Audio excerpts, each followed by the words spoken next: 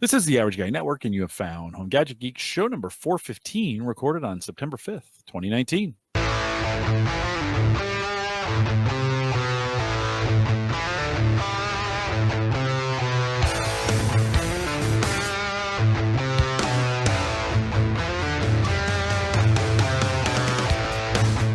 Here on Home Gadget Geeks, we cover all the favorite tech gadgets that find their way into your home. News, reviews, product updates, and conversation, all for the average tech guy.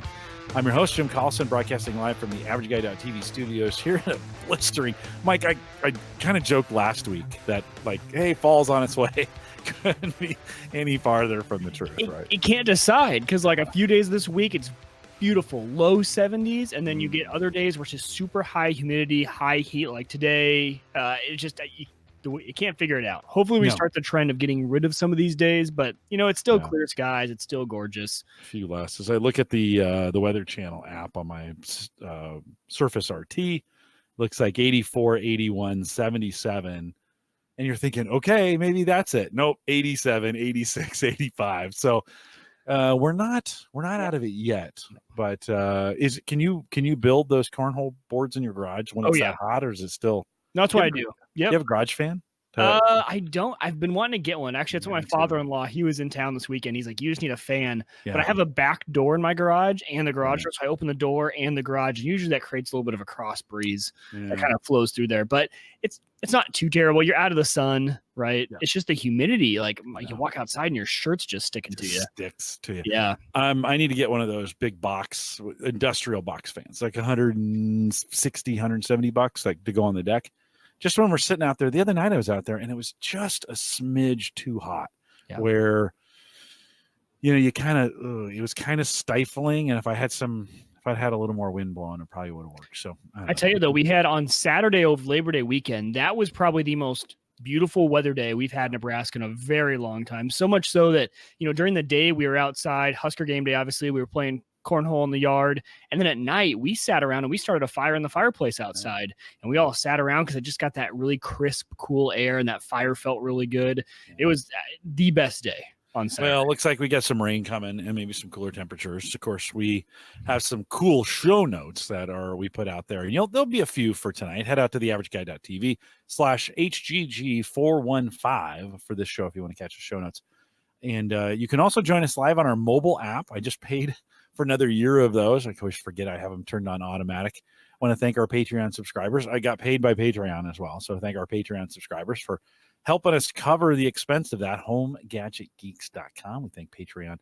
And I thank Christian Johnson. This week, Christian did a bunch of upgrades to the AverageGuy.tv. And Mike, it could not be any faster. Like, he has to throttle it just so people don't think it's fake. Like that's the right. No, you have to slow it down a little bit so people don't get there and go like, is this actually real? I saw that in the show notes and I went and tested my website, and sure enough, and just to let you guys know, he also has really caring and nice customer support. I didn't realize. So I set my website up about a month ago, and apparently when I set it up, I did it wrong and I didn't do automatic payments. So he just sent me a nice little message. Hey, Mike, I don't think your automatic payments are working because you didn't pay your last invoice. So I'm like, oh, didn't even realize it. Went in and fixed it, but he didn't turn me off or anything. He just, politely messaged me, and it was like it had been a week, and so very, very considerate customer support that he offers as well. Well, and let me tell you the story because on Sunday, was it Sunday? Monday, it's time frame. He's doing some database upgrades to make it even faster, and he doesn't have to. Like, it could just be the way it is. It's already blazing fast. Oh my God, it's incredible as fast as it is, and as stable as it is. And so he pings me. He's like, hey, do you got a backup? And I was like, yeah, I'm pretty sure I set up backup on that thing. Let me go find it. So go out to Dropbox where I've set the backups to go. There's no backups out there. There's some old backups from another website I used to consult on. And there's some ones from 2012 and 5 years ago. Well, no, 2014, 5 years ago. I shut off the backups for some reason. This tells you how little I've thought about backing up my site because I just trust Christian. Like, he wants me to have my own backup copy. He's like, no, it's best practice if you have your own, but I got your back. So like, I hadn't backed up the site in 5 years. So the backups that were on the server, because I use WP backup or something like that. So the copy goes to the server, copy goes to Dropbox. So we have it just in case. Well, so he restores from what he thinks is my backup. And of course, there's articles from 2014. That's the newest stuff that's out there. Oh, no. None of the plugins are there. None of the theme isn't there. I mean, it's kind of a mess. I'm like, dude, I am so sorry. Like, I haven't run a backup in 5 years. And I first of all, how do I get this far? How do I go 5 years without thinking about a backup? That's how rock solid it is. Yeah. This tells you just how much I trust it, right? So he's like, all right, give me a little bit. He's rolling some things back, whatever. By that evening, he's like, okay, it's back. And I said, dude, and he's like, yeah, we did this and that, and I got this done. It was super cool. He goes, I said, okay, so do you want me to set backups? He goes, again, I always recommend you have your own backups. And so reset those back up, turned them on, verified them, made sure things were going. They're going back to my Dropbox account again.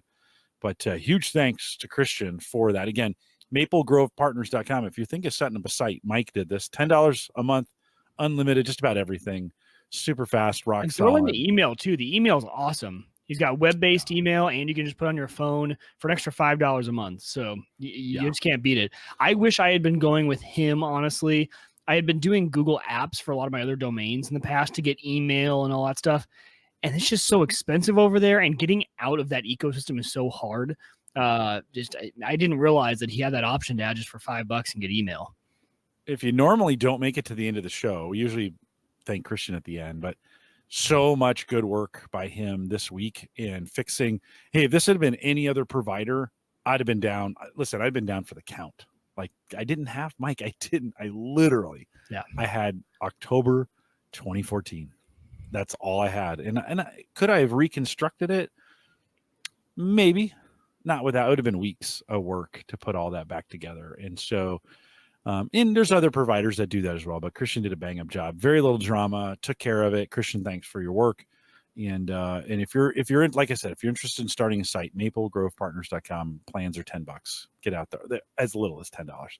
Get out there and get that done. I want to thank Ross Brand, did a bang up job. Ross is the master marketer when it comes to audio and video, and he marketed that thing all week, and it may have set records as far as viewers and those kinds of things. So Ross, thanks for your time last week. A lot of time talking about YouTube, a lot of soul searching on my end. What am I going to do? I kind of just decided, Mike, at the end. So if you haven't listened to it, spoiler alert, I've been struggling. How much more work do I do to make YouTube work for me? And I'm going to just keep doing what I was doing. So if you're watching this on YouTube, I'm just going to put it out there. I'm not going to try and game it. I'll put tags, and I am going to change the album art so it looks a little better than just just the green Home Gadget Geeks. The reason I did that, Mike, is that way I thought people would be able to find it quickly on YouTube. It would set it out. That's a very distinctive logo. Right. And so if I were looking through YouTube for my stuff, I would see it faster because it's the brand. Apparently, I don't get any honor on YouTube for doing that. They want these crazy pictures of people, and then words and yellow letters and maybe some of the ugliest art I've ever seen. It's ridiculous. Yeah, and it just goes back to that thing of, do you want to find new listeners? Because the thing you just described is great, actually, for me. I do appreciate that, because when I'm scrolling through, I notice the logo, but I'm someone who's already looking for your podcast.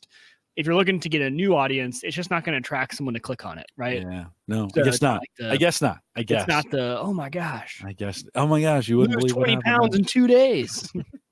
You won't believe what Mike said next. Yeah.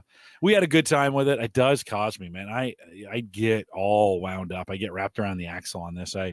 On all Friday and Saturday, this is all I thought about. And I tried doing I thought, okay, I was going to break some things up and do some other stuff. And then I said, you know what? I'm not happy doing all those things. So yeah, I'm not going to get the reach on YouTube and some of those kinds of things. I'm just not happy doing them. It doesn't make me happy. And what makes me happy is blowing through the production, dropping this on audio. We're getting, 600 to 800 downloads now on the audio. The video RSS feeds do pretty well. They're 100 plus on both sides, sometimes more. Good enough. And listen, if you're listening to this right now, you're in your car or you're walking the dog or on a bike or whatever, I appreciate you just listening. I think we just want to be a community podcast. And I don't know if I want to deal with all the negative garbage that comes along with tens of thousands of subscribers. We do have 1,000. I think I have 1,200 subscribers out on YouTube. It's not enough, but it's still good. It's still good. And I appreciate your guys' loyalty to the podcast. So great discussion, caused me to think a lot, Mike. If you guys have any feedback on that, if you want to tell me what you like, or you want to tell me what you prefer, or some other things, or just tell me what to do. Apparently there's folks who love to tell me just what to do. You can send me an email. Jim at the average, I'm joking. Not really. Jim at theaverageguy.tv. And I'd love to hear from you. I saw Tony put in a comment. Tony, thanks to you. Tony is getting great at getting guests on. And so Frank and Joss from Nextcloud are coming on in a couple weeks here, 3-4 weeks. And so Tony, thanks for getting that done as well. I got emails from both of them, and they were like, I think it was on Twitter, and they're like, apparently we're supposed to be on your show. Okay. Apparently, well, yeah, that sounds great. That sounds awesome. They said they like coming on shows in doing this. So Tony, thanks for that. If you have somebody you want us to interview, we've got, after next week, Ryan is coming on, so it'd be fun to have him on. He came into Omaha. Mike and I got a chance to meet him at Pizza West and meet his family and enjoy time. He'll be on next week. 17th is a little open at this point. Not sure where I'm going with that one. And then 3 brand new guests you've never heard from over the next 3 weeks. So you kind of want to stay tuned in to all those things that are going on.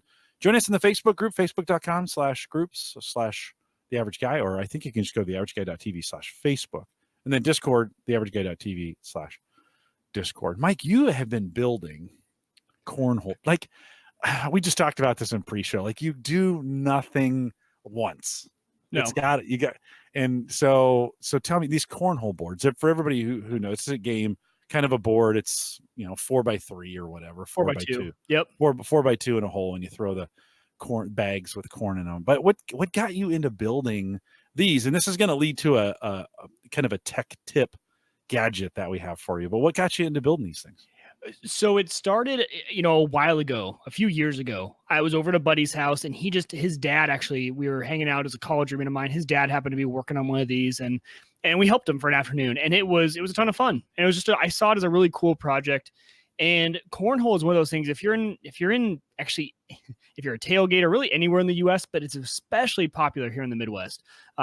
People just really like these cornhole boards, and they sell them commercially at like your Scheels, your Dick's Sporting Goods, your outdoor stores, but they're extremely expensive for not very good quality boards. So you're going to pay like between $160 and $200 for some pretty flimsy, not very well put together boards. Decent. I mean, they'll do the job, but you can build it a lot better. So we have a very cheap set that had been getting us through, and they finally started to wither away. And I was like, you know what? I'm just going to buy a new set. It's Husker game day. So this was last week. I was like, I'm just going to buy a set. And I started looking at the prices. I'm like, this could be kind of fun. I could build one of these. And so they're okay. Let me go and see how this goes by myself, because I've done it before, but I've never done it all on my own. Right. And so went to Lowe's, and Hannah and I threw together a set for ourselves. And I can actually show a picture real quick here of that while I'm talking. But so what got me into it was really just, I love building. And when I go to work and I have to use my brain all day, and I'm just mentally exhausted, coming home and working with your hands is just one of the best things ever. I've learned that about myself, whatever it is. You see all the tools behind me. I'm usually doing projects back here, whether it's building stuff for Hannah. We built a coat rack, and I just really enjoy it.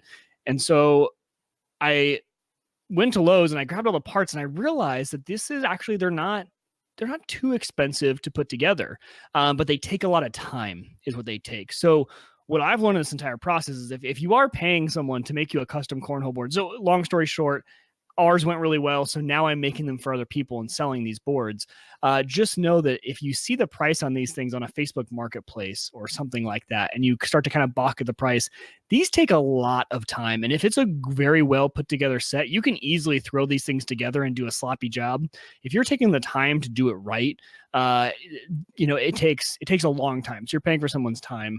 But let's see here if I can share just an application. I'll bring that up and I'll throw it into the video.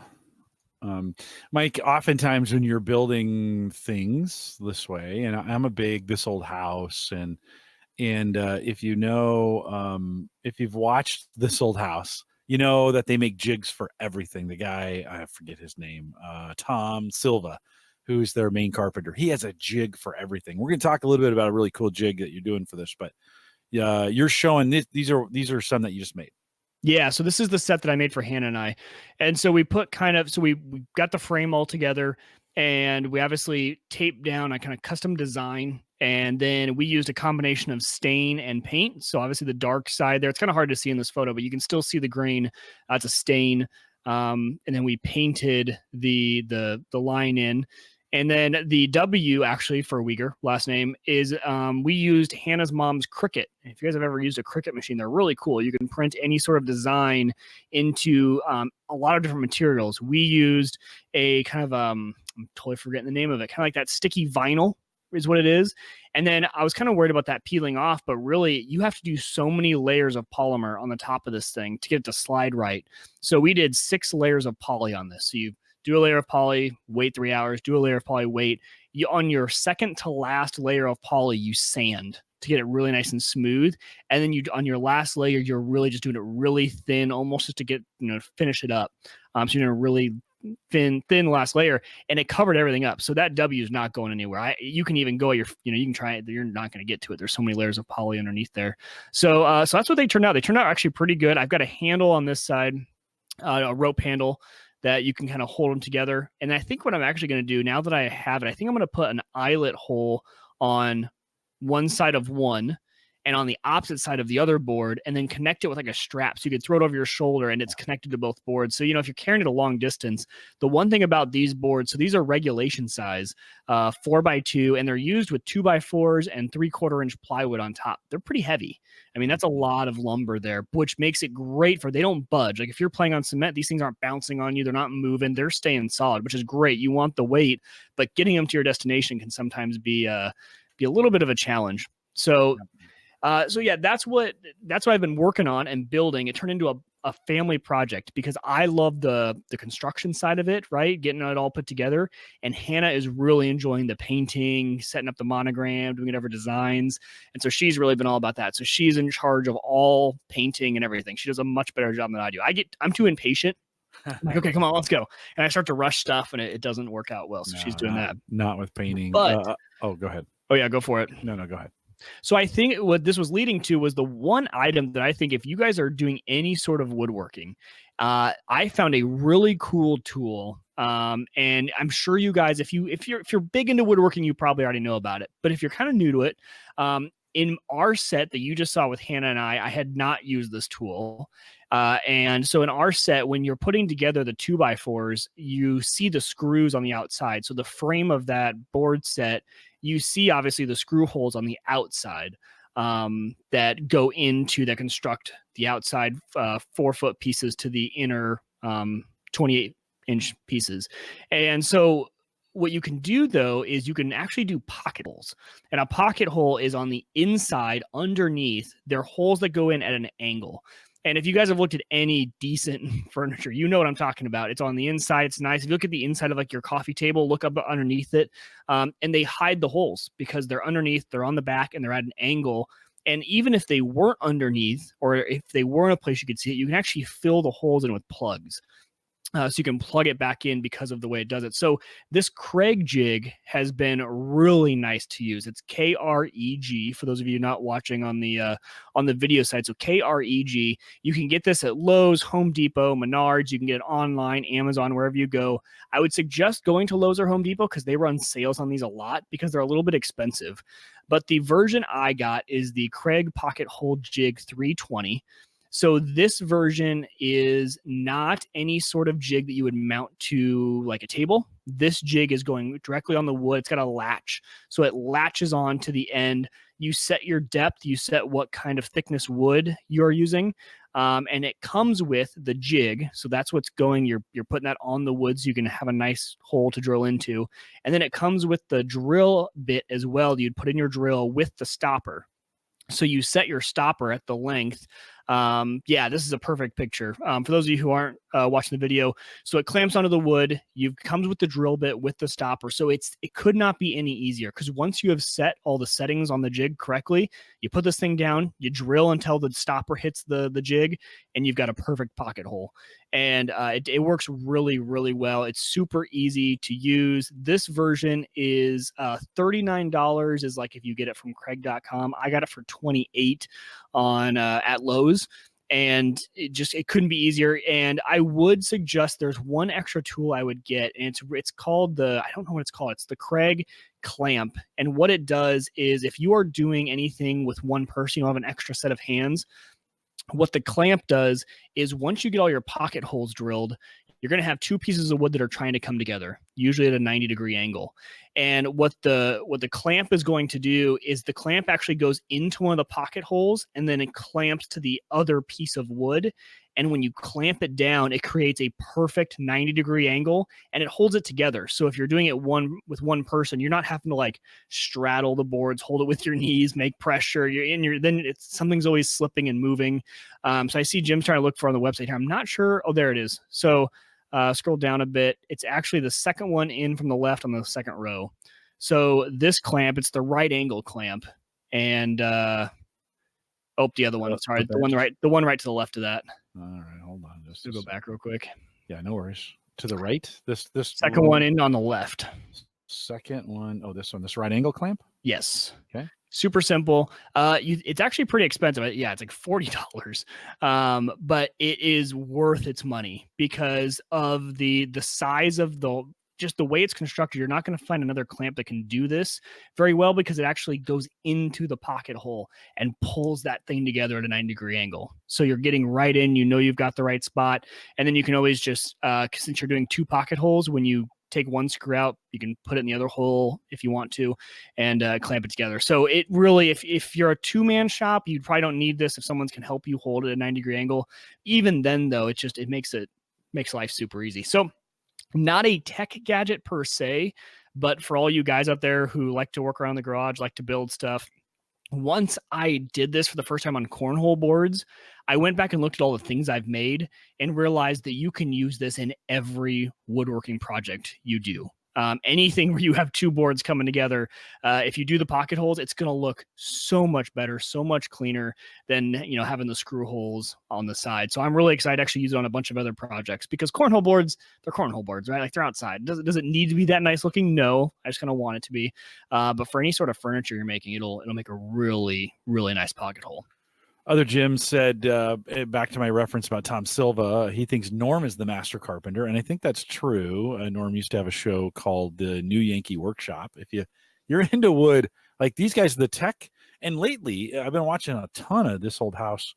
They've been getting super nerdy. Like, they're talking about Nest thermostats. I think they did a one on an Ecobee. They're talking a ton about tankless water heaters. They've really gone all the gadgets over there. Norm is master. Tom Silva, I think, general contractor, but he's a pretty good carpenter as well. He is the jig master. That guy gets a jig for everything that he does.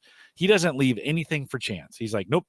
He'll spend an hour or two making a jig just to make sure he gets the thing. That's right. My father-in-law. And I didn't even think about it, but I was constantly doing the measuring tape, and then pull it over to the miter saw and do it. He's like, why don't we just make a jig that you can just slide these things till it hits the thing, and we can crank through. I'm like, I don't know, because it's not going to take that long. But yeah, making a jig definitely does help. It does. Yeah. And yeah. Get it the right. only other two pieces of advice I would give you, if you guys are doing this, your workshop makes a difference. Set it up to be the most functional workshop you can have.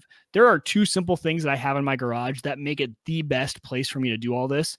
And all it is I have an air compressor. So I use for my, I think it was Ron in the chat was talking about getting a brad nailer, and I actually have one, and I use it with my air compressor. But in my air compressor, I have a hose that I have nailed up the wall, up onto the ceiling, and into one of those big, huge, round, retractable hoses. And having that on the ceiling, I can just grab that from anywhere and yank it, pull it over, let it go, and it goes right back up to the ceiling, keeps everything clean. I would not use my compressor as much if I didn't have that hose just always there. I mean, I don't have to unwind a hose. I don't have to wind it back up. I don't have to make sure putting stuff away. And then I have the same thing for electrical power in my garage. So I have one of those circular retractable ones that's up in the ceiling, plugged in. I just pull that power down. I pull the air down. So being able to do that, and I use it all the time to spray out all the sawdust or use the brad nailer. And so just having a place that's functional, and I have a table, a collapsible table that's out there with my saw on it that it fits perfectly in a spot when I pull my cars in, so I can park my cars in the garage, pull my Jeep out, pull my table, and my workshop's ready to go. So, think about those little things that, that retractable thing might cost $60 at first, but man, does it save you a bunch of time, bunch of hassle. You're going to actually use your tools more when you have just accessible. And having it mounted to the ceiling, I found, is the best, because then it's right where you need it and it stays out of your way. You're not going to hit it, but it's always there. I use it to fill up our car tires, pull down the compressed air. It's right there and just go. Good advice. I think this is my mistake. I don't take the time to set them up properly. So I'm always fighting with them all the time. Yeah. I need to do a better job. The stuff's already hard enough. You don't need little things giving you one more excuse to be like, oh gosh, this just sucks, right? Tony says he loves his battery powered nailers. Ooh, those I'm are jealous. Those are nice. Super handy. Yeah. They're not as fast. Like, you got to kind of wait for that to reset and do whatever. You hear those, at least some of the older ones, you would shoot those and you kind of got to wait a second for that thing to reset.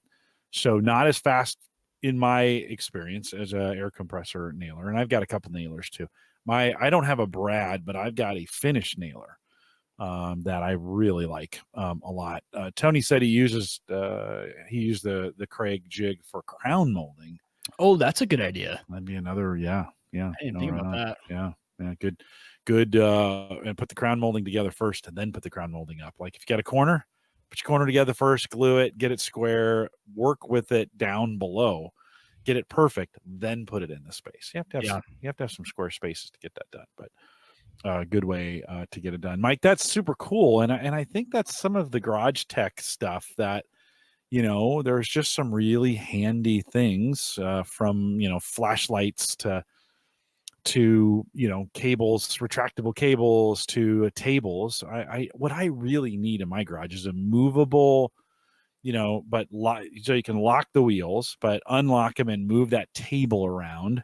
That's kind of a general purpose table. And so you can use it as an extension for your chop saw. You could use it as the extender for your table saw. You could put some things on it if you need to work on it. You could build things on top of it, slide it around, move it around. It needs to have the holes where you can put things up against it, put dowels down in there to hold those things in, a clamp, as well as a wood vise. There's tons of plans, by the way, on the internet. You can find those and literally just order the wood or buy the wood and put them together yourself. Yeah. And it's another project for another weekend. Are you building these things and selling them too? Is that what you're doing for people who want that? Yep. So, we're not shipping them anywhere, so it really have to be local. No. But then the other basic thing about the garage, I forget about simple technology. Like, I like listening to music in the garage. Sometimes you forget the simplest solution is just the best. Just a $25 now, I think they are, Chromecast audio. Just get the audio version and plug that into a speaker. And then I've got my phone there with Spotify that connects to a Chromecast audio, and you've got wireless music going wherever you need to. I kind of forgot how nice those Chromecast audios are, because a lot of times you don't want to, I don't have a TV out there. I don't watch TV in my garage very often, but I still want to be able to listen to music. And those little Chromecast audios are fantastic little devices that still work really well. Years ago, I got a Bluetooth audio box. This one actually will take phone calls as well. You can attach Bluetooth. Cool. This guy will speaker to it. I have found this handy. In fact, it's kind of dirty because I just grab it, turn it on. I leave it plugged in all the time. Turn it on, Bluetooth. It's already recognized on the phone. I can play anything off of it. Move this thing around. Just kind of really handy. Yeah. Power. I have a line into it if I want to do it. I reviewed this Alexar when we first got it, but I think having a little handy portable Bluetooth speaker, also not a bad option to have, traipse around the yard, have one outside that that you can use kind of in a pinch. It needs to be handy. That's the thing. Like, if you've put it away somewhere, you may or may not actually go find it to get it out. It is kind of one of those things. I find when I just leave it in the garage, charging in the garage, although that's not the best for it, right? It gets pretty hot out there and it gets pretty cold out there in the winter. Not great for the battery. But I find the more handy it is, the better. I've actually found I'm putting a lot of my battery. What am I from? Wisconsin? Yeah. My battery. So I put a lot of the batteries on the we have a pantry right before you go outside, and it's got power right behind it. And it kind of rigged up just a battery station. It's inside, so there's not temperature fluctuations.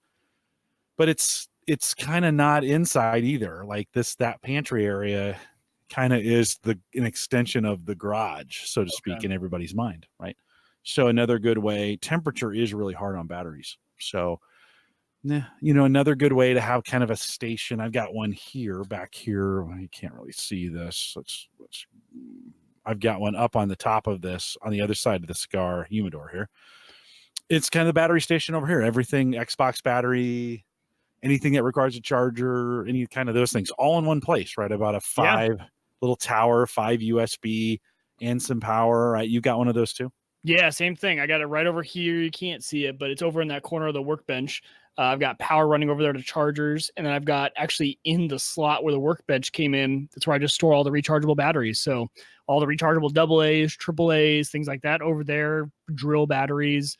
And then for the drone, I actually ran the charger right over to where those batteries are. If I can point to it, those batteries for the drone are right there, and I just ran the power right there, so I can just charge them wherever they are supposed to be. No. Super good organization. It helps. I know. I'm not the best at it, to be honest with you, but Mike, we had when we had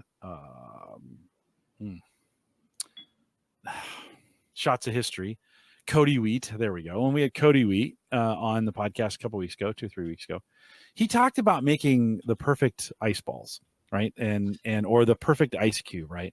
So of course, we couldn't be. Let me switch over to this as I share my screen, because you'll want to see this too. Maybe this is a good one to come watch the video on. So I got a tweet.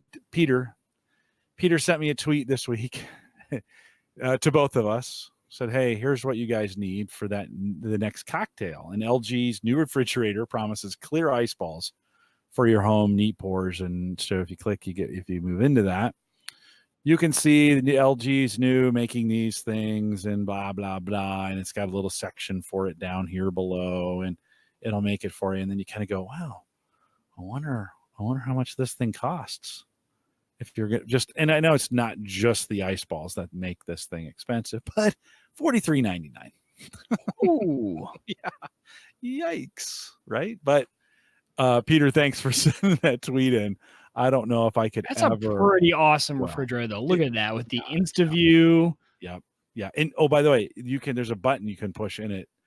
It obscures the view into the fridge, so you can either have clear or I'm sure it's a white kind of whatever that is. Yeah. That, frosts up that glass. And what's really popular on these kinds of fridges is the door is actually a double door. So you open it once and you get to some set of shelves. Close it, open it on a different handle, and it grabs that shelf and pulls it with it, and there's another set of shelves behind it. Oh. And I was out with Sammy. I don't know if this is one of those. You're getting a good look at the shelf there. I don't know. Let me see if there's a picture here. Freezer on the bottom. They don't. I don't know if this was one of these, but I was out with Samantha, and you've all heard her on the podcast. She closes it. She goes, what's this handle for? She grabs it and opens it up, and there's a whole nother shelf behind it. And she literally just goes, blew her mind. She's like, what is this wizardry? And so a pretty nice fridge. So Peter, thanks for sending and Tony, you're really good about doing this too. Tony has some of the most interesting tweets. I don't know how he finds time to do it all, just to be honest. He must subscribe. He finds good stuff too. Yeah, he really does. I want to know on this fridge, how are they making the perfect ice ball in a fridge freezer? Oh, that's a good question. Let's see if we've got some. From what we heard, it's a very difficult task. It's not something it's very easy to do. So It says the Craft Ice, and they have that trademark device, boasts a few options. Of course, it makes standard cubes, which can be dispensed in their original form or crushed. The mechanism also makes cool ice spheres. I guess they're not balls, but because I thought of saying ice balls sounds fine. LG's exclusive Icecraft slow melting round ice maker automatically makes upscale craft ice at home without the work, explains the marketing materials. No more time consuming molds that only produce 1 or 2 at a time. The balls are 2 inches in diameter. Sorry, it's really hard to say that. And weigh about 1.13 pounds a pop. The refrigerator can churn out 3 every 24 hours. And that's not much more than 1, just to be honest. No, it's not. And 2 inches in diameter is not that big. No, they're not. They're like these tiny, they're ice cubes, but just in a round shape. That's almost like they said they've doubled the production of most single ice cube makers, right? You know, you're like, yeah, 1 to 2, but like, what if I was making cocktails for 6 people? Like, I have to store up ice for a month. Not really.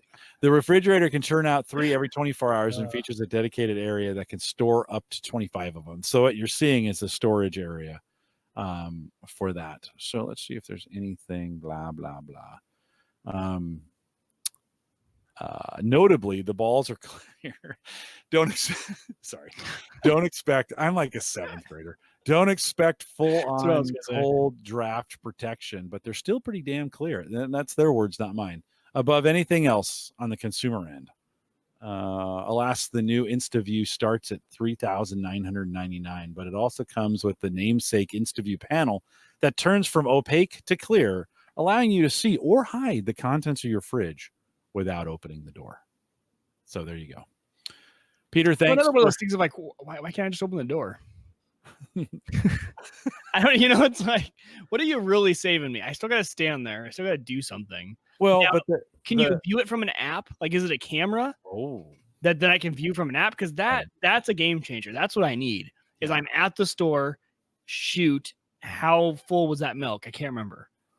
Hey, just pop up the camera. It's the inside of my thing. That would be cool. Maybe a camera that would run down like a track on the inside, so you could see the various shelves. Oh yeah.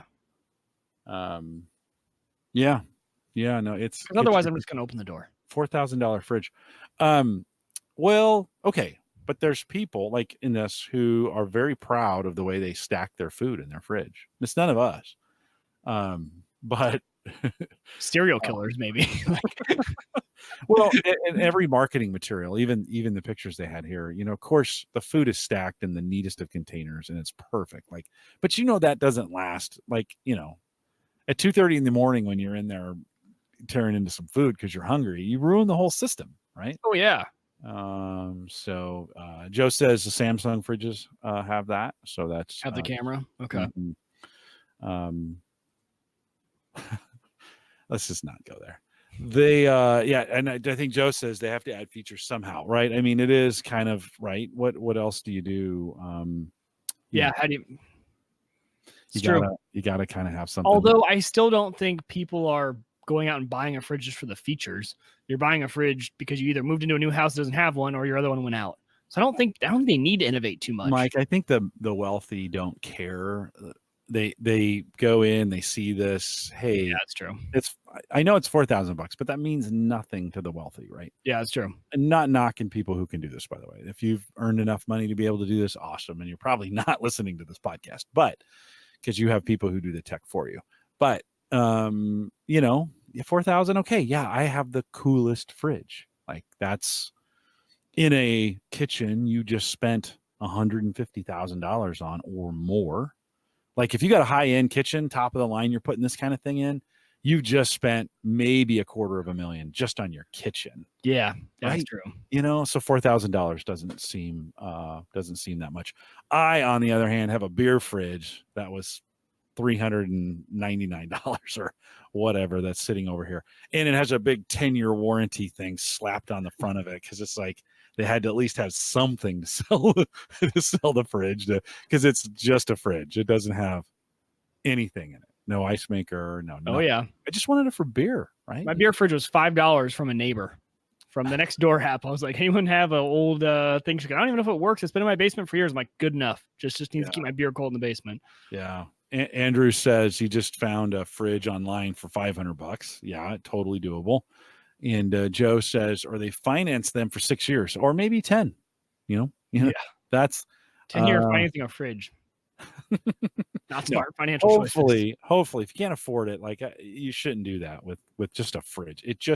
Brian Regan has a good skit. He's like, just keeps your food cold, right? That's this one, $600 keeps your food cold. This one, $900 keeps your food cold. This one, $1,500. Guess what? Keeps your food cold. So, I think be careful. But Peter, thanks for that tweet. I appreciate that. Jim or Jay Collison on Twitter, if you want to jump out there, there's still a lot of activity on Twitter. I surprise people all the time when I tell them, I'm still doing Twitter. Like, cause I'll mention that and they're like, there's just still people on Twitter. And I'm actually like in the tech community, it's still pretty popular. So we haven't given up on Twitter yet. If you want to tweet at me at Jay Collison, Mike, I cannot let Plex go. Like, I don't know what. Have you been trying to let Plex go? Yes, I even canceled my monthly. I had a monthly subscription. Yeah, I really need to get on the lifetime of that. Every time you say that, it reminds me I'm not on a lifetime pass. I'm still paying monthly. Yeah, and there was just a deal. I think there was just a deal for a pretty inexpensive $100 maybe for lifetime. But here's the deal: like I've quit the monthly pass enough that I'm like, I don't know. So big stink in the Plex community over the last week. They made an announcement 2 weeks ago. They're getting rid of the TV interface, and then they backtracked on that. Good conversation over with Josh and Richard over at Entertainment 2.0 on the podcast. If you're not listening to that, you should be. Those guys are pretty great, super thorough, real pro. You want to head over there and listen to that as well. So a bunch of conversation. They backtracked on the TV, but they're like, oh, okay, we'll keep it around kind of for a while. Not my reasoning. Football season's coming around again, and I don't know what sparked it, but I just said, I think I'm going to give Plex another try. I've actually installed it on the NVIDIA Shield, and so I'm using the Shield as kind of the server for that. Right. And I was having a lot of problems with it. Like it was stuttering, and I always watched through the browser, right? I always watched through the browser on Chrome, and it was stuttering a lot. And I really thought it was the NVIDIA Shield. I posted it to the Discord group. I think that's where it went. We had a lot of the conversations around it, and I thought, maybe I should try a native app on this thing. Sure enough, it's the browser versions with the way I'm doing it on the NVIDIA Shield, for whatever reason, cause the video to stutter. Now, not all the time, but it'll go for a while and then it'll just skip. And it'll go maybe for another 2 minutes and then it'll just skip. Oh, and this is live TV you're trying to watch? No, in this case, it's just the recorded stuff. That's even worse. Yeah, I have plugged in a 500 gig hard drive on the dock, USB 3. Plenty fast, should do it just fine. Shouldn't be a problem there. Just for some extra storage on that thing, works out pretty well. So I use the Windows app and no problems. Plays perfect. Actually, it looks great. Some comments. I think it maybe Simmons, Jason, right? Jason Simmons. Did I get that right? Is it Justin? Yeah. Simmons? Justin said he thought he thinks the app is junk, and that's not the word he used. And I respect that. I don't use it a lot. It's not the greatest. The Windows app is not the greatest, but it did play really well. I mean, that Windows app looks beautiful compared to the browser app. And so I don't know. It was one of those things. And then of course I heard about all this controversy around them giving up support on TV mode and some of those other things. So it got me kind of digging into it. But Plex just kind of continues to hang out there. And then this week, an article came out in The Verge talking a little bit about how Plex's plan is to kind of be the center of everything. So not necessarily trying to provide Disney Plus or Netflix or HBO content, not be the originator of it, but be able to push that kind of content through Plex. So you can go to one place to get that. And Mike, that seems pretty attractive because we've gone a la carte on all these things. You can do this on your Roku app. You can do this on your NVIDIA Shield, right? You can kind of consolidate these into at least one device.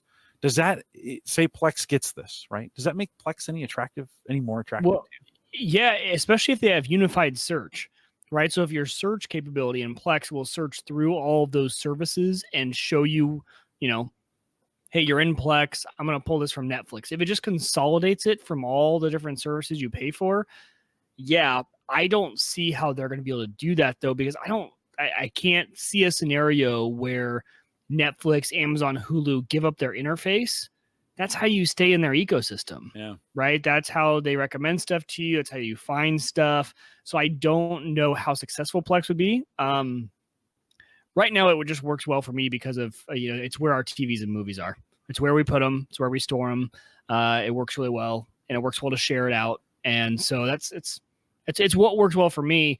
Jim, I don't know. I wonder, though, is that Shield powerful enough to do transcoding? Because, I've noticed, because I have a full, my Plex is running on an i7.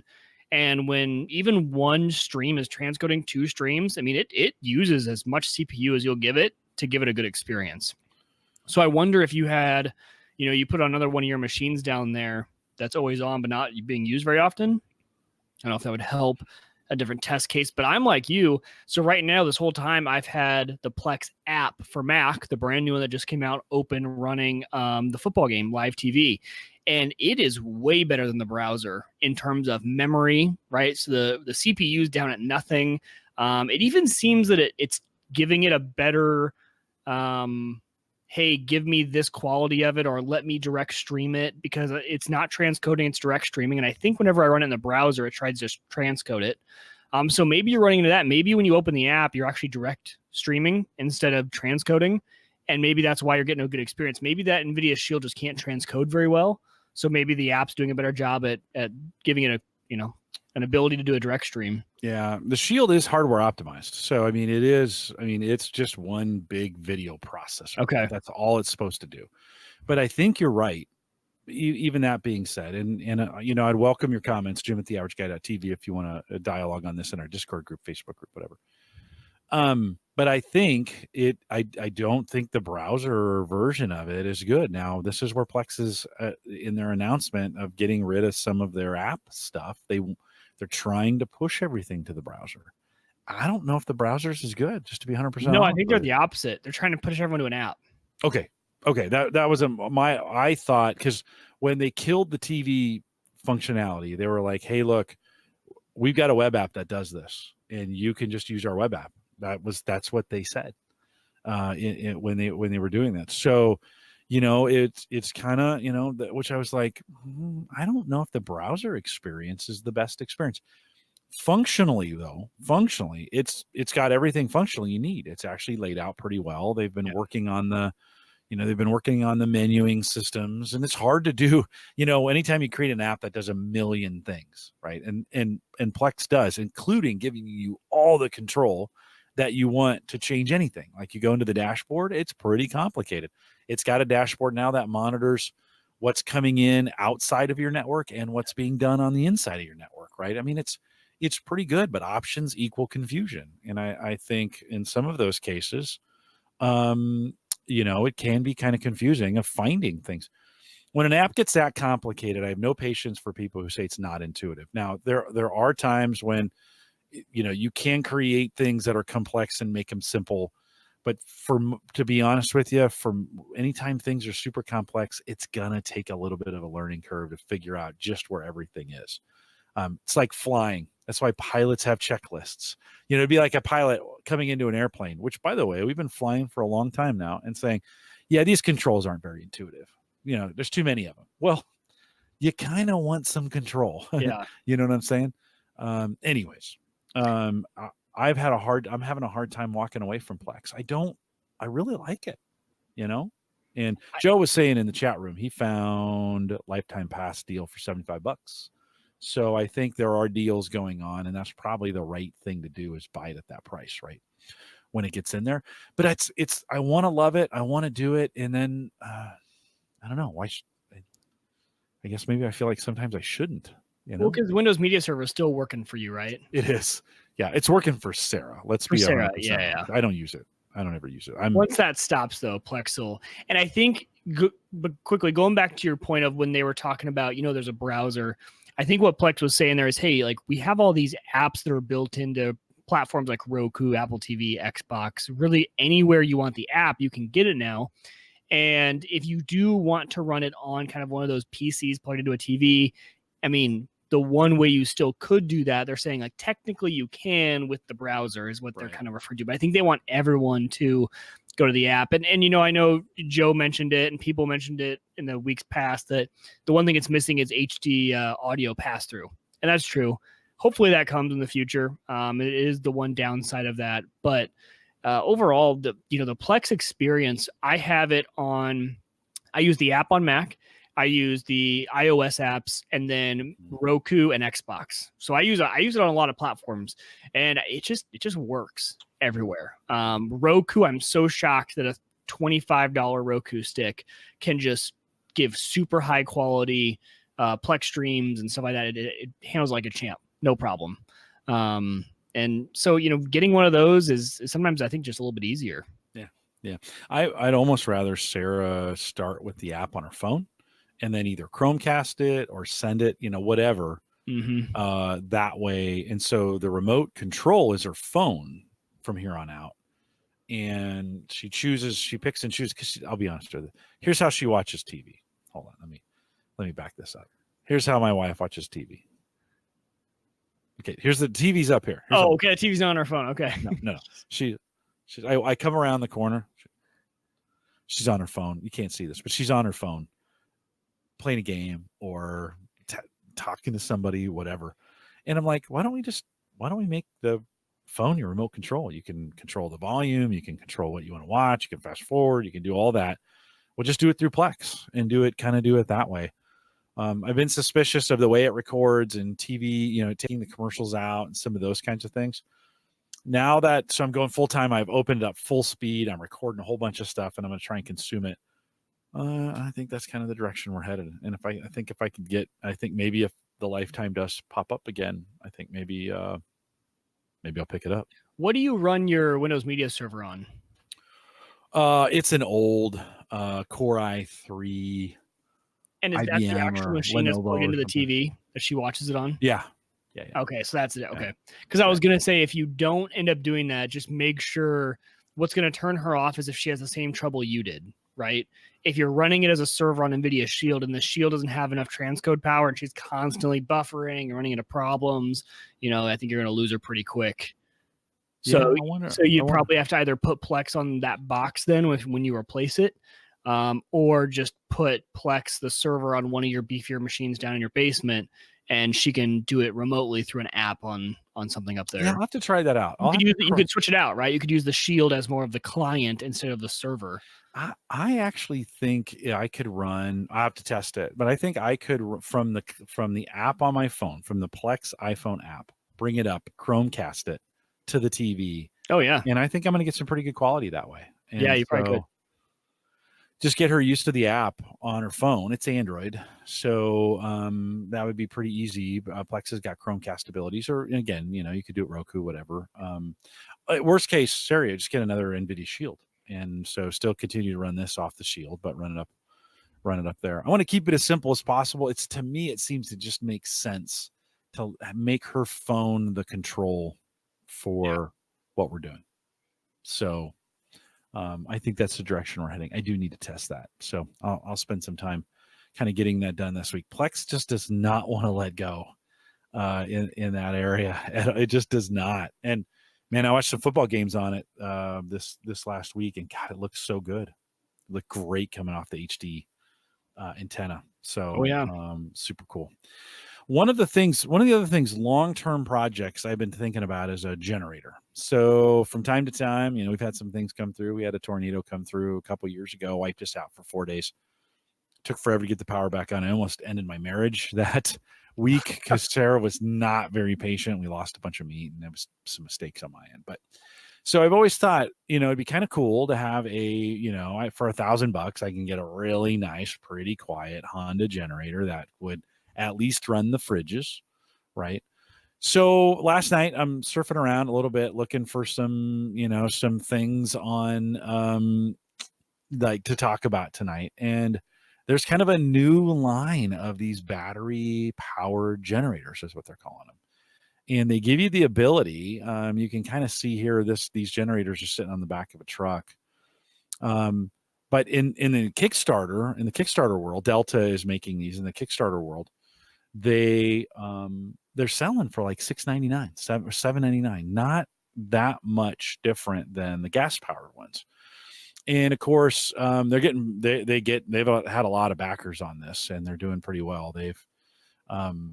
They've almost raised $1 million for these things. The idea is, and let me find this. There was some stats. So the idea is there's a recharge. So once you do use it up, it'll recharge from 0 to 80% in 60 minutes on a regular power source. So if you were in a place and you were using one of these and the power was out, in theory, I could drive it somewhere where there is power, plug it in, charge it, bring it back. I'd be good for another 24 hours, depending on what I'm running on this. They are touting right now a lifetime battery warranty, which, because I had to replace the batteries in my Honda and my hybrid, you start kind of worrying about this kind of thing. It has 6 1,800 watt AC wall outlets that are in there. And they tout, like, you can run your chop saw, your skill saw, a heater. Now, it doesn't last as long with some of those things, but has enough draw on it. You can run some of these. They're like, put it in your shop and we can run power tools off this thing. Comes with universal solar input. So if you have solar panels, you can recharge the thing back off with solar panels. And, so they do some things. They're really going after gas generators at this point. They're, well, hey, gas generators, you got all this maintenance, $150 a year. Here's the real cost. Once you buy one of these, the annual cost of maintenance on these things is $0. By the way, we have a lifetime warranty on them. So the batteries, we're always going to replace the batteries on it. On the video, you can see pretty easy. It's got a front input that's got a whole bunch of USB-A and, well, I shouldn't say a whole bunch, but 2 12-watt USB-A and 2 60-watt USB-C, plus 2 28-watt fast chargers that are on the front. So think about it, Mike. You guys have a power outage. You probably have a bunch of things like phones and stuff you need to charge. You could do that right off an LED screen on the front, 6 power plugs on the back. Pretty cool little unit. And they're touting, if you kept this in your electric car, so you have a Tesla or whatever, and you run out of juice, this will give you can plug this in, it'll quick charge the car and get you another 3 to 5 miles to maybe get you someplace where you can charge up. So it could be one of those things, powerful enough to recharge the car. Again, on video, I'm showing the car. They're doing a demo of this thing coming off of an electric hammer drill, which 150-watt device pulls a little juice when it does. It handles that. When they talk about it, so like a 10-watt light bulb, 36 hours on that. That's pretty easy. Coffee maker, it'll make 50 to 60 cups of coffee. Air conditioner, it'll run it somewhere between a half an hour and let's just say 3 hours, right? I guess it depends on how big the air conditioner is. It'll run your electric grill, a hair dryer, flat screen television, your microwave. Now, this is funny. It'll run 1,000-watt or 650-watt microwave for 1 to 1.8 hours. Well, I don't know that many people that run, but in an emergency, again, you could get your microwave working. Right? Yeah, you want to do that? Cook a turkey in the microwave. Yeah. 10 or 20 hours on your fridge, which again, actually in an emergency, not a bad thing kind of thing. If I could plug my freezer in, get it back to a certain temperature, unplug it, because I have a bunch of cold packs in there that'll keep it, for maybe 8 or 10 hours. So it'll keep it cold in there. Right. Frying pan, drill, circular saw, blah, blah, blah, blah, blah. Drones. Here's your drone. It could recharge your drones anywhere from 16 to 23 times. Recharge the laptop 25 times. And run a CPAP. Now, this is super interesting for this. So if you were out somewhere where you couldn't get power and you need CPAP to do this, it'll run it for 18 to 22 hours, and it's dead quiet. So this is actually one of those things where you go, oh, never really thought about that, right? So multi-purpose, like could do tons of stuff, Mike, as I'm thinking about gas versus electric or gas versus battery. Are we getting to the spot where having a couple battery backups around is enough in this case, or do I still need that ability to put gas in it and run that thing 24/7? Well, I think it depends on use case. So from what you just described to me, and you ran through the time they can run all those machines, this to me seems like a perfect camping battery, right? Instead of loading up a big Honda generator when I go camping, throw this thing in, because those time frames are perfect for like a 2-day camp trip, 2-3 day camping trip. You're not going to be using a ton of electricity when you're out there, but if you want to bring a coffee machine, if you want to bring, whatever. I don't know what you need to charge, but if you need to bring a laptop, right, if you're working while you're camping, something like that, this to me is perfect because you don't have to bring the gas with it. It's, it's easier, put it in there. I think for more of the home, your power's going out for 2-3 days because a tree limb cut something, things like that. I still want the Honda generator. I think this would be great also for like quick going out to a work site if you are doing something with like construction, right? You need to do one really quick thing. You're heading out there, you don't want to load up the generator, things like that. So I think it definitely has its use cases, and I think that might be actually the first generator I would buy, because for me, I'm not really looking for something that's going to keep my house going for a few days. If I am, I'm going to do something a little bit bigger than that. But I would use one of those in way more circumstances than I would a Honda generator in my every day-to-day life, right? I'm thinking, how many times do I take that Honda generator places? Like even camping, I would love to have one. I'm probably not going to haul it camping unless I had a nice big camper or something like that. But just if we're packing up the Traverse and heading out, I would take that, and that would solve actually a lot of big problems. The drone battery thing is huge.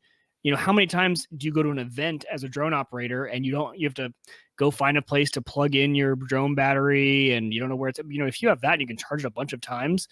There are people who go do remote drone shoots, and having something like that would be a big benefit. And like you said, with the universal solar power, you could take that even on a longer camping trip, really. And if you had the solar panel, throw it up on top of the car and just keep that thing plugged in all the time.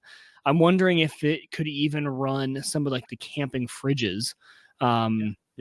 Because they make the camping fridges that usually you would run off your car, but then you worry about your car battery getting below and not being able to start the car up. So if you had one of these that you then just threw out the solar panel on top of your car, you can run a lot of stuff while you're 10 to 20 hours on a fridge, depending upon its draw. So probably those small camping fridges, not much draw on those. Nothing like a big. I was thinking Aaron. I sent Aaron a note when I saw this last night. That's exactly who it would be perfect for. Yeah. Yeah. I was like, hey, did you guys look at these? I mean, yeah, you could build your own battery kind of, like if you're going to put solar, you could put batteries in and get car batteries or whatever they use on the solar stuff. You could kind of build your own battery array. But I think this is way more. 2 of these plugged in smartly, recharging off when you're parked, you recharge these off of your off of the solar panels that are up there. They become kind of the base for you, and they're so freaking flexible. Like this is the thing, you can do so many different things with them and really manage the power load kind of in a way and really conveniently. Ron says they make a great battery, by the way, a battery rig for a ham radio when you have a field day and you're outside, Mike. That was another thing I was thinking about. It would make a perfect field day for ham radio. And then other Jim brought up a good point too. For the tailgate and still hear the game. Perfect. And then his next one, no carbon monoxide risk. I'm thinking when you said the CPAP machine, you can bring this thing in and put it next to your bed. Well, right. So yeah. I kind of think, if you need that kind of device or any kind of medical device and you're in a place, typically you might be restricted to power. And in these kinds of things, you could bring this along with you and really fulfill that battery requirement for long periods of time. And so we're getting to that place where these batteries are getting so good, and the technology around this. Currently, Kickstarter, the link will be in the show notes if you want to go out. I'm actually thinking about buying one of these. But because it would fill in a gap even without a gas power generator. It would fill in a pinch where there's some things I could do to manage like I said, freezer. I've actually packed. So we've gotten these freezer packs from HelloFresh, and I've kept a bunch of them at the bottom of the freezer. Just if we lose power again, they're going to help me keep that area cold for a little bit longer than if I had nothing in there, right? That'll help me do that. I can move some down to the fridge.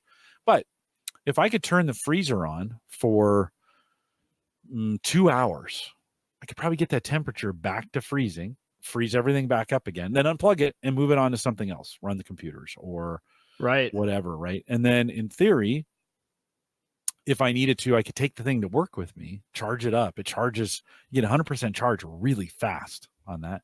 It'll be ready to go to bring home to run various things again here. Now, it's not going to run my air conditioner.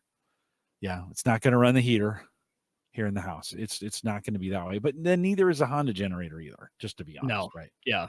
You're not going to do that. So I think I sometimes do PA, I do a little DJ work, a little MC work. And when you're outside, that's always the challenge. And if you got a loud generator, and the Honda ones, the $1,000 ones, are pretty quiet. Like you can hide those around a corner somewhere, and they're kind of This is, you could just put right next to you. You could put it right next to your stuff, and play it, and it could be right there because it doesn't make any noise. It would make the kind of the perfect kind of I bet I could probably get 4, 5, 6 hours off of it. Ooh, you think? A gig.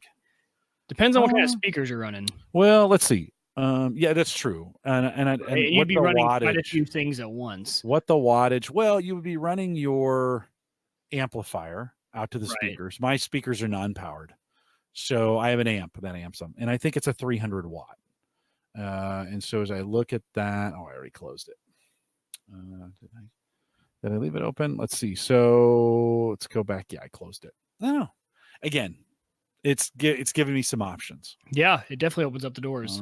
So I thought those were pretty cool. If you go to their Kickstarter, I think you can still take advantage of their Kickstarter prices. If you get those right now, the 1000, the Delta 1000, it's on a super early bird. It's $699. If you go with their 1300, $799. That's not bad pricing for what you're getting here. And then they do have kind of what they call a portable energy bundle. So it's let's say $1,100. It's $1,099. You get a solar panel. You get a 110 watt solar panel with it as well. So it's the 1300 version with a solar panel, the charging cable, and everything that you need. The estimated delivery date is December 2019. So this isn't something you can get today. You can unwrap it under the tree, and then power the tree with it. There you go. Hey, look, honey, plug the tree. Hopefully it comes fully charged. I can run this tree for 2 days. Oh, super cool.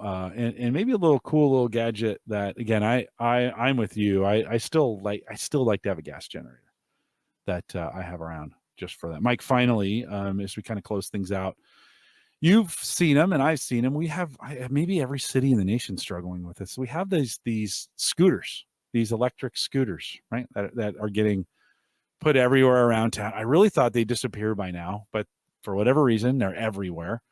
Every morning when I drive in, they're meticulously parked in rows on the corners downtown. I drive through downtown to get to work. You probably you don't have them out there in your area, do you? No. Okay. They stop at 680. Okay. So, and that's our western edge. That's the interstate that kind of skirts down, or really now splits east and west. It does. Yeah. It's like central. And so, which is kind of weird because 60th used to be central, but now it's 114th. Yeah. 100th. So, they're everywhere. But what happens when a hurricane comes through? And you have the potential. You're in Orlando, by the way. I was just in Orlando. They're everywhere in Orlando. And you have the potential for 140, 150, 160 mile an hour winds. And these things become missiles, right? So the company's hurricane came through Florida this weekend. Fortunately, I don't know if it's been as bad as they thought. It's kind of skipped. Really hasn't. Skipped by Florida. South Carolina's getting hammered right now. Tony, are you getting much weather? You're in that area, right? He's in the chat room. So he's here tonight. So it's obviously he's not hunkered down in a bunker somewhere, but these things become missiles. So the companies announced earlier this week that they would actually be having their staff go out, pick them all up and secure them in some way to make sure that in this weather event, we did not have hundreds, maybe thousands of missiles being launched. Isn't that crazy? It's again one of those. Yeah, I wouldn't have thought about. Yeah. Here in Nebraska, where we have tornadoes, you would not be able to respond that fast. Tornadoes, you get 10 minutes of warning, maybe 5, and those things would absolutely just get picked up and rocked through. Well, the liability of sending your people who are charging these up, I thought, like, hey, go pick these up, go outside, and I need you to go pick up some scooters. No. So good for you, Lime. I'm thinking about Lime, and I got the story out of The Verge. Bird and Spin. Yeah, and they good for them for kind of thinking through this. Like, yeah, we're gonna go pick these up, so they don't go flying around the city. And there's been a lot. I mean, I have been surprised the staying power of those things so far. Now it'd be interesting to see if they come back next year. I think in the city of Omaha, they have to be off the streets by October 1st.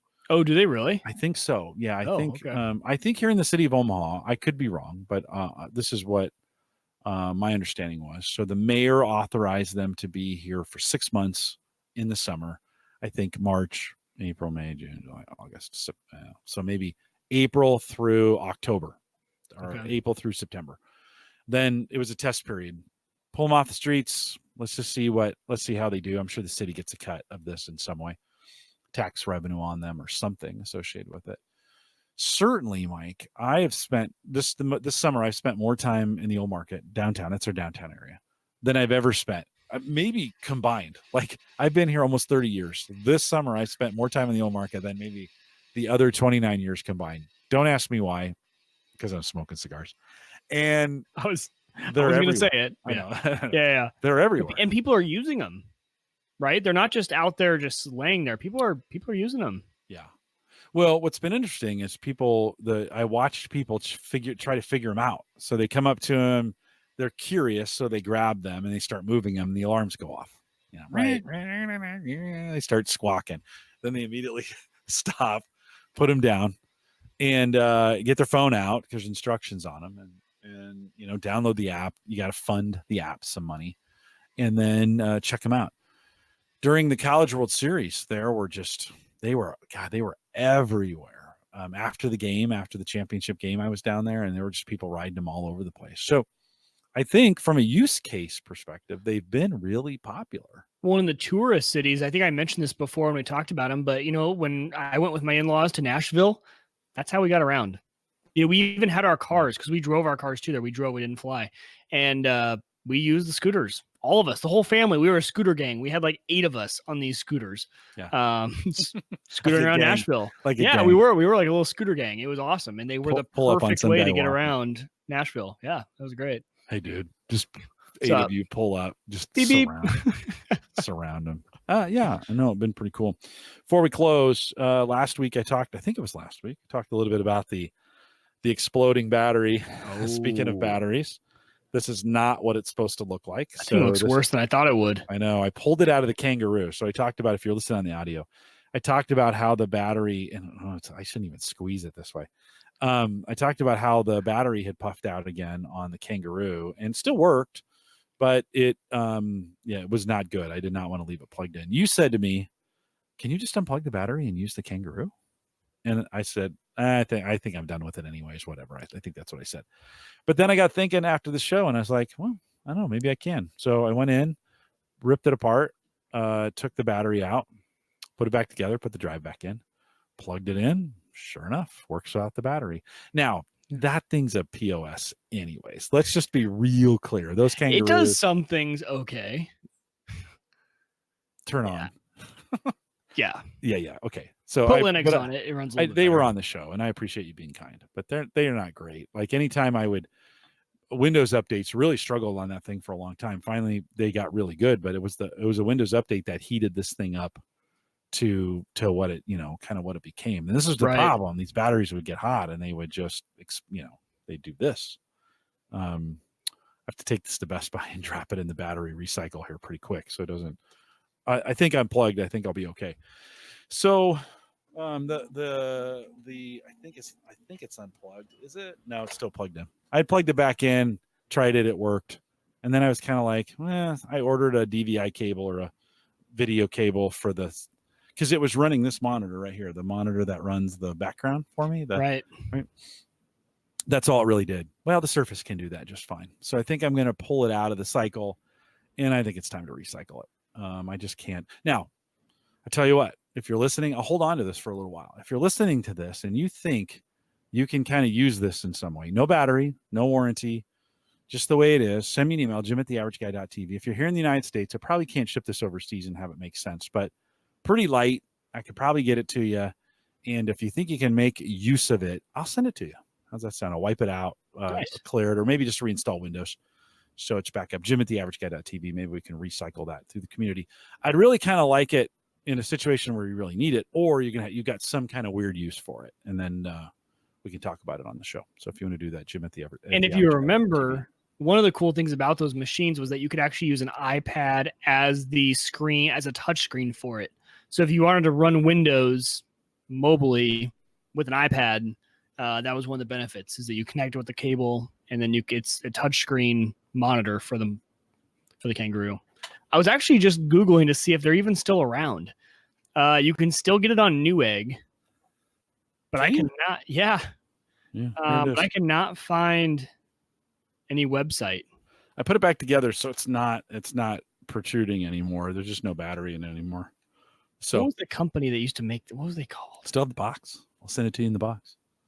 So, Mike, I don't think they're around anymore. We made it.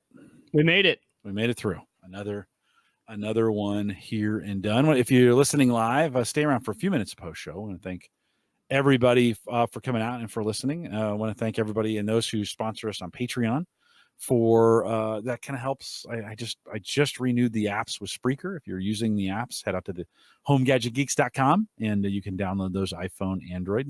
Some of you do. I get those. The Spreaker numbers are not bad. So if you want to do that, head over to homegadgetgeeks.com. We appreciate your support on Patreon. Discord group is theaverageguy.tv/Discord. You can join us on Facebook at theaverageguy.tv/Facebook. Don't forget to contact us, Jim@theaverageguy.tv. Big shout out and a big thanks. I spent some time in the beginning of the show talking about this. Big thanks to Christian for just rocking it on our hosting. You can get high-speed, reliable hosting from people that you know and you trust. And, of course, that's Christian, MapleGrovePartners.com. He's got some super awesome hosting and plenty of room, and he loves Home Gadget Geek listeners. So if you want to get that done, head out to MapleGrovePartners.com. Mike, did you continue doing HelloFresh? I did. We've been doing like every other week. Okay. So we just did it last week. I made the mistake. I did not know there were some that cost more than the others. So I ordered a premium one, which was really good though. Yeah. I actually posted it in the Discord. So if you want to see a picture of it in the general, it was some crusted chicken with bacon spread over the top, asparagus with mashed potatoes. It's been good. It's been real good. Yeah, it's about $10 more. I think if you do it on a 2-person, it's like $5 a person. If you do it that way. Usually a little better meat or a premium cut or something along those lines. So yeah, but I think this one was like the asparagus, right? It was chicken and asparagus and bacon. So you kind of were getting that's quality stuff bacon. There. He had bacon. I've never seen bacon in HelloFresh. Oh, dude, it was these thick slices too.